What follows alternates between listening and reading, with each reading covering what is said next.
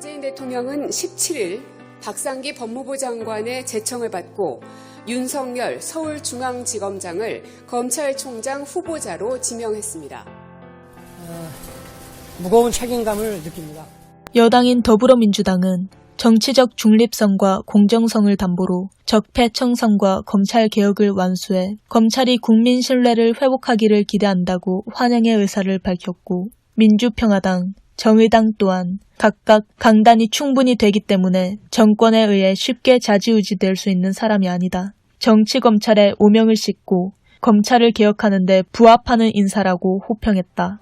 윤석열 검찰총장을 기용한 대통령의 의중도 검찰을 바로 세우라는 거 아니에요. 검찰총장 발탁이 상징하는 것은 현 정부가 정권이 검찰에 대한 장악력을 높이려고 하는 게 아니라 오히려 검찰이 정치 권력으로부터 독립성을 확보하도록 합니다. 윤석열 검찰총장 발탁을 가능하게 한 핵심 키워드는 신뢰다. 이 두 가지에 대한 겁니다. 아주 정상적인 검찰이었거든요. 아니, 그러니까 제대로 된 검찰이에요. 제대로 어느 쪽에 눈치 보지 않고. 그래서 수사에 대해서 외압을 가하는 것에 동의할 수 없다. 그래서 사람에게 충성하지 않는다. 그 앞말에 서울중앙지검장이 검찰총장으로 지명됐습니다. 이래 가장 검사다운 검사, 수사다운 수사를 한 검사의 신망은 두텁고 검찰 내부에 기대는 한껏 들어 있어. 얘기들이 사실은 다 검증이 끝난 상황이고 내용산이 많다고 하는데 사실 윤석열 지검장은 재산이 별로 없어요. 2억 얼마고요. 부인이 많습니다. 그런데 윤석열 검사가 하고 결혼 이후에 권력자의 부인이 된 다음에 돈을 많이 벌었냐? 돈을 많이 벌기는커녕 돈을 잃었거든요. 그래서 재산 검증도 별로가 없고요. 장모 문제 그런 거 있지 않습니까? 다 일베들이 만든 거고 그 말 했다가 사법 처리된 사람 많습니다. 청문회도 거의 문제가 없을 거예요. 청문회가 되고 윤석열의 진가가 보이면 많은 말로 빵 뜰 겁니다. 제가 검찰 어두운 부분에 대해서는 깊숙이 알고 있기 때문에 이 청문회가 얼마나 재밌을 건지 벌써부터 기대돼요. 서울중앙지검장, 문재인 대통령에 의해서 검찰총장 후보자로 지명되었습니다. 대세 아니었습니까? 대의 아니었어요? 적폐청산, 검찰개혁 이거 할 수 있는 사람은 참 검사뿐입니다. 그렇다면 누가 이 일을 할 수 있겠어요? 사람에게 충성하지 않는 윤석열 검찰총장밖에 없는 것입니다. 그렇잖아요.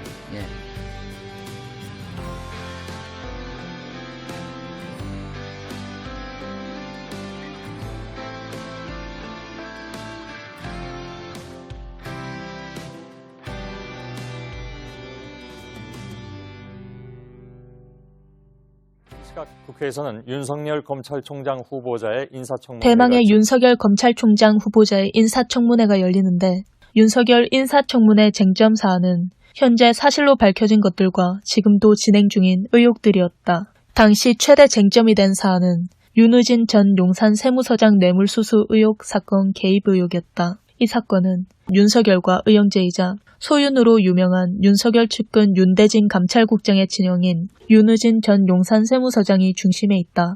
윤 전 서장은 육류 수입업자 등으로부터 뇌물을 받은 혐의로 경찰 수사를 받던 중 해외로 도피해 각국을 전전하다 체포되어 강제 소환됐는데, 아이러니하게도 22개월 후 혐의 없음 처분을 받은 바 있다. 자유한국당의 입장은 해외로 도피까지 했던 윤 전 서장이 무혐의 처분을 받은 배경에 윤석열이 있는 게 아니냐는 것이었다. 동생이 윤대진 검사고 윤석열 당시 특수부장하고 골프도 치고 밥도 먹고 이런 사실이 없이 일반 그냥 세무서장이었으면 검찰에서 압수수색 영장을 6번이나 기각하고 구속영장까지 기각하고 이랬을까요? 윤우진한테 윤석열 선배로부터 소개받은 아무개입니다라고 보낸 문자가 윤우진의 핸드폰, 그것도 차명폰에서 발견이 됐어요. 이와 관련 민주당의 입장은 달랐다. 윤대진이든 개입을 했다, 이 사건에 뭔가 압박이 있다, 이 두 사람이 압박이 있다, 이런 근거가 있어요? 근거는 없습니다. 없잖아요.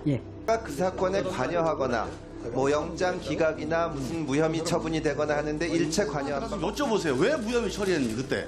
그리고 전 그게 궁금하면 여기다가 황교안 장관, 전 장관 증인을 불러야. 윤대진은 형이니까 좀 문제가 있을 수도 있고 코치를 해줬을 수도 있다고 볼 수 있는데 친하지 않았냐 이거죠. 네, 그렇습니다. 그러니까 건너입니다. 그러니까요. 예, 이름도 성도 비슷하고 니네들 친하지 않았냐 여기까지 이 수사를 총괄하고 감독했던 사람이 서울지검장이 최교일 자한당 의원이에요. 그러니까 사실상 이 책임의 소지는 최교일 의원한테 좀 물어야 되는 게 큰데. 또 윤석열이 그해 2월쯤 양정철 민주연구원장을 만난 사실도 쟁점이 되었다. 서울중앙지검장인 그가 문재인 대통령의 복심이라 불리는 양정철 민주연구원장을 만나는 것은 검찰의 정치 중립에 의구심을 제기하게 한다는 이 검찰의 것이었다. 정치적 중립성, 검찰권 행사의 독립성, 국민들이 인정하겠습니까? 또 민주당의 입장은 달랐다. 하시면서 야당 정치인하고 만나 식사하신 적 있습니까, 없습니까?